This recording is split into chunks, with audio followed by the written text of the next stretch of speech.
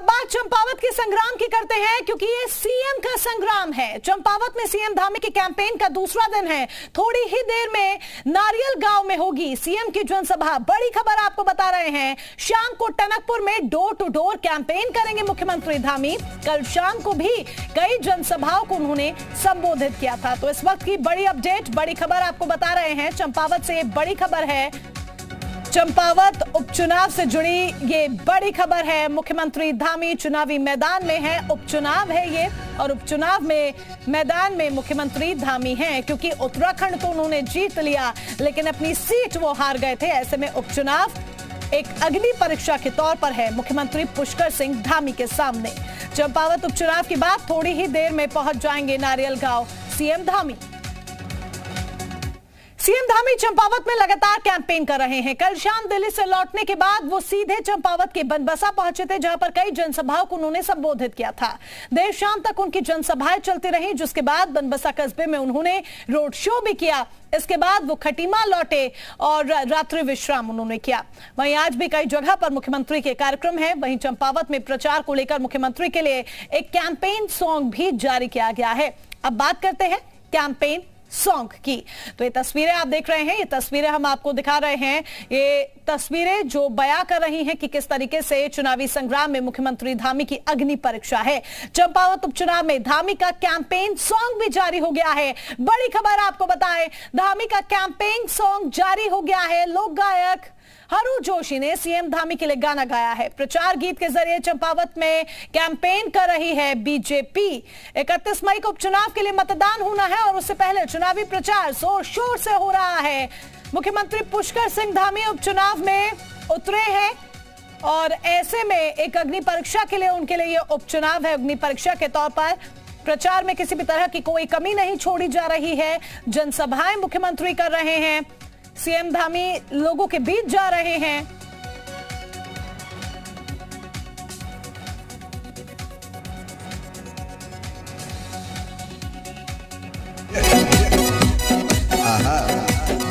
हरू जोशी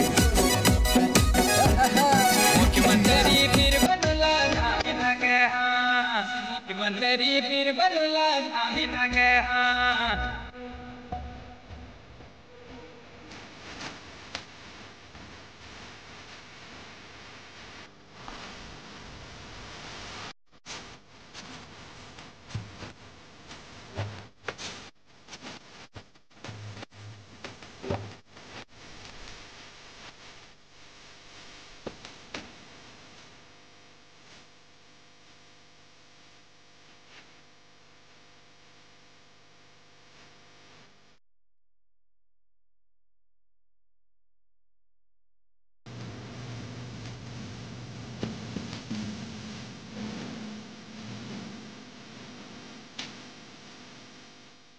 धामी का धुआंधार प्रचार भी जारी है। वहीं दूसरी तरफ कांग्रेस प्रत्याशी के लिए हरीश रावत अब प्रचार करेंगे। हरीश रावत की कैंपेन को लेकर क्या रणनीति है, ये जानने के लिए उनसे बातचीत की जी मीडिया संवाददाता ने।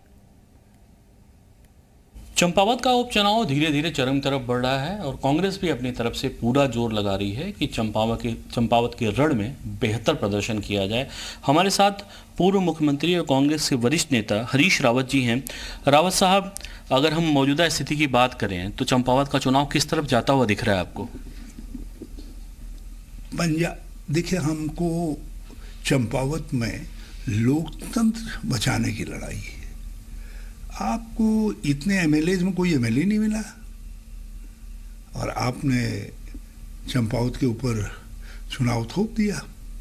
तो हम चाहेंगे इस अपॉर्चुनिटी को कि सत्तारूढ़ दल जिसमें थोड़ा अहंकार दिखाई दे रहा है, उसके लिए चेतावनी के रूप में चंपावत के लोग उपयोग करें और कांग्रेस को विजयी बनाएं।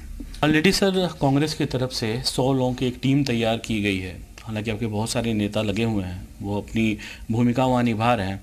अब हरीश रावत वहाँ जा रहे हैं। हरीश रावत के वहाँ जाने का क्या मायने हैं, किस तरह की आहुति होगी? चुनाव का बहुत लंबा एक्सपीरियंस है आपको, उस क्षेत्र को आप अच्छी तरह जानते हैं। मेरी पर लोगों की बड़ी कृपा है।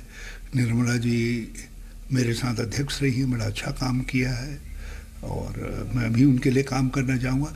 सबसे बड़ी बात यह है कि चंपावत से मेरा 42 साल का चुनावी नाता है।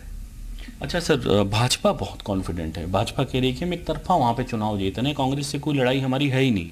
इसी अहंकार से तो हमारी लड़ाई है।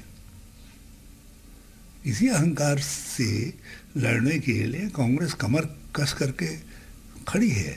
हम जानते हैं कि इस चुनाव के अंदर कोई हमारी पास सत्ता नहीं आ रही है, मगर एक सत्तारूढ़ दल जो अहंकार में आ गया है, उसके अहंकार पर ये तमाचा होगा और राज्य के राजनीतिक स्वास्थ्य के लिए भी और विकास के स्वास्थ्य के लिए भी अच्छा होगा कि यदि चंपावत में भाजपा के अहंकार को जनता कुचल देती है।